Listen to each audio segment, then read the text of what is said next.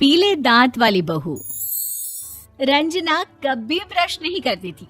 उसे कितनी बार उसके माँ बाप ने डांटा, लेकिन उसका कोई असर उस पर होता ही नहीं था, जिस कारण से उसके दांत पीले पीले हो जाते हैं। शादी के बाद अरे बहू, वैसे तो तुझ में कोई कमी नहीं है, पर तेरे दांत इतने पीले कैसे हैं बेटा? कैसे मतलब? कोई सर्जरी थोड़ी ना कराई है। वो तो क्या नाम, मैं ब्रश नहीं करती थी तो पीले हो गए। अब क्या करूं? आप कहें तो लाल करवा लूं या फिर काले? यार ये क्या है, क्यों माँ से लड़ रही हो? लड़ रही हूँ? अरे मैं लड़ रही हूँ या ये बोल रही है कि दांत पीले हैं, पीले।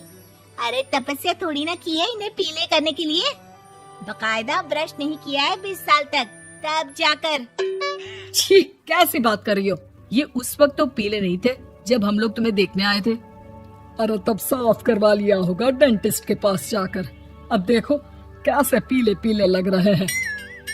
रंजना सास की तरफ गुस्से से देखती है। फिर शुरू हो गई पीले पीले पीले।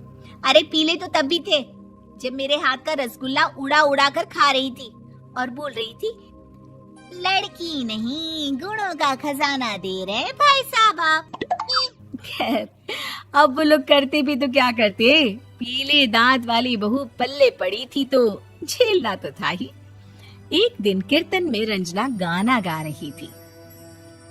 अरे कमला बहन, माँ का द्वार है, यहाँ तो सब शुद्ध होकर आते हैं, फिर अपनी बहू को ब्रश भी नहीं करवाती तुम।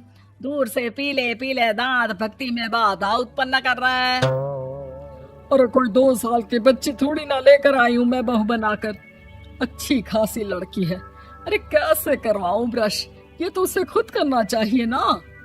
अब माँ बाप तो इसके जैसे तैसे निपटा दिए, ये नहीं सोचा कि सास कैसे संभालेगी। सास बहू को लेकर घर आ जाती है, लेकिन सोच लेती है कि अब इसे लेकर कहीं नहीं जाएगी। अगले रोज बहू कहती है, अरे क्या हो गया, मंदिर नहीं जाना क्या? कीर्तन का वक्त हो रहा है। मेरी मधुर वाणी से कान्हा जी जागते हैं और सोते हैं। आप तो जानती है ना उनकी भक्ति में कितना मन लगता है मेरा। वो क्या है ना, तबीयत ठीक नहीं लग रही है मेरी, आराम करूंगी मैं। तबीयत ठीक नहीं लग रही? अभी तो मिथुन के गाने पर नाच रही थी आप, और अब बोल रही है कि तबीयत ठीक नहीं लग रही। अरे भक्ति में मन लगा लो सासू माँ, ऊपर जाना है, क्या मुंह दिखाओगी आप? हाँ? सास को बहू की बात पर गुस्सा आ जाता है। मैं क्या मुंह दिखाऊंगी, इसकी चिंता तो ना कर, समझी? अपने मुंह की चिंता कर, जो ये पीले पीले दांत लेकर हर जगह पहुंच जाती है। पता है लोग कितना मजाक बनाते हैं। ना जी ना, मैं नहीं जाना कहीं तेरे साथ। तो ये बात है। कोई ना, मत जाओ, मैं अपने कमरे में ही बैठकर भक्ति कर लूंगी। ऊपर वाला दांत थोड़ी ना देखता है, मन देखता है, भावना देखता है। और अरे बस बस, तू सब कुछ दिखा, बस ये सफेद चमकदार दांत ना दिखाना किसी को, है? जा यहाँ से। बहू को सास की बात का कोई फर्क नहीं पड़ता, वो तो जैसी थी वैसी ही रह जाती है। सुबह नहाकर किचन में खाना बनाना, फिर खाना खाना, कीर्तन भजन करना और सो जाना। एक दिन, माँ जी मैं सहेली के घर जा रही हूँ, शाम को लेट आऊंगी। हाँ हाँ तो जाना, मैंने कौन सा तेरी आरती करनी है घर पर बैठकर। रंजना सहेली के घर जाती है, जहाँ वो पार्टी में जाने की तैयारी कर रही होती है। अरे शिखा, कहाँ जाने की तैयारी कर रही है? मैं गलत वक्त पर आ गई क्या? अरे नहीं यार, उल्टा सही वक्त पर आई है। मैंने ये साड़ी और ज्वेलरी निकाली है यार, शाम को इनके ऑफिस की एक पार्टी में जाना है। बताना कैसा लग रहा है ये सब? नहीं यार, इस ड्रेस के साथ तो वो वाली ज्वेलरी अच्छी लगेगी। हाँ हाँ सही बोल रही है, मैंने ध्यान ही नहीं दिया। वैसे तो हमेशा से मस्त फैशन सेंस रखती है। तो बड़ा जाती होगी ना पति के साथ पार्टी में। रंजना कुछ नहीं बोलती, बस सोचती है कि यार काश ये बात सही हो जाती। पर मैं क्यों नहीं जाती पार्टी में? क्या इन लोगों की कोई पार्टी होती नहीं होगी? रंजना घर आती है और रात में पति से सवाल करती है, एक बात बताइए, आप मुझे किसी पार्टी में क्यों नहीं ले जाते? क्या आपकी यहाँ ऑफिस में पार्टी नहीं होती? पति बेचारा क्या कहता कि दांत पीले हैं तुम्हारे इसलिए। अरे कोई पार्टी होती नहीं हम लोगों के ऑफिस में, तो कहाँ से लेकर जाऊं? और मार्केट, मॉल, कहीं वीकेंड घूमना, कहीं तो। अरे यार, सारे हफ्ते में एक छुट्टी मिलती है, तो सोचता हूँ कि आराम ही कर लूं। क्यों? रंजना मन मार के रह जाती है। पहले कभी सास के साथ मंदिर जाया करती थी, लेकिन वो भी सास ने ले जाना बंद कर दिया। घर बैठी बैठी रंजना बोर हो जाती है। तभी उसे आइडिया आता है और वो मायके जाने का सोचती है। सासू माँ, 2 दिनों के लिए मम्मी के घर जा रही हूँ। अच्छा ठीक है, आराम से जा। और हाँ, माँ से कुछ अच्छी आदत सीख कर आना कि कैसे शरीर के हर भाग की तरह दांतों की सफाई भी जरूरी होती है, समझी? शुरू हो गई ना आप।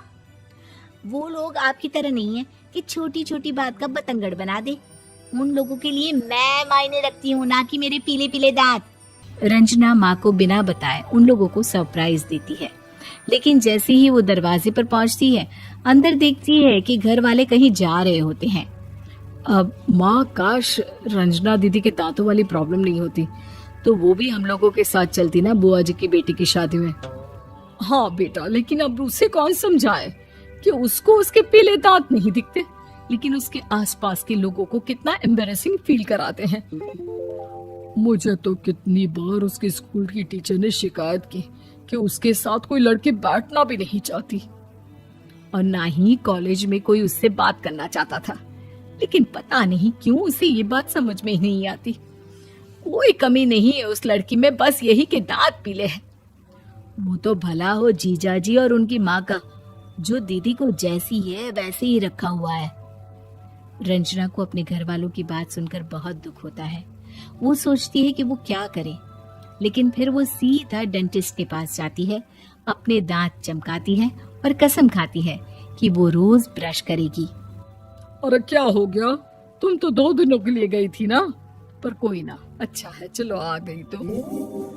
रंजना सास के सामने आकर खड़ी हो जाती है और पूरी स्माइल करती है, उसके चमकदार दांतों को दिखाती हुई। हैं? चले मंदिर। माँ, मुझे माफ कर दीजिए, मैंने आप लोगों को बहुत एम्बैरेसिंग फील करवाया। मैं आज से रोज ब्रश करूंगी।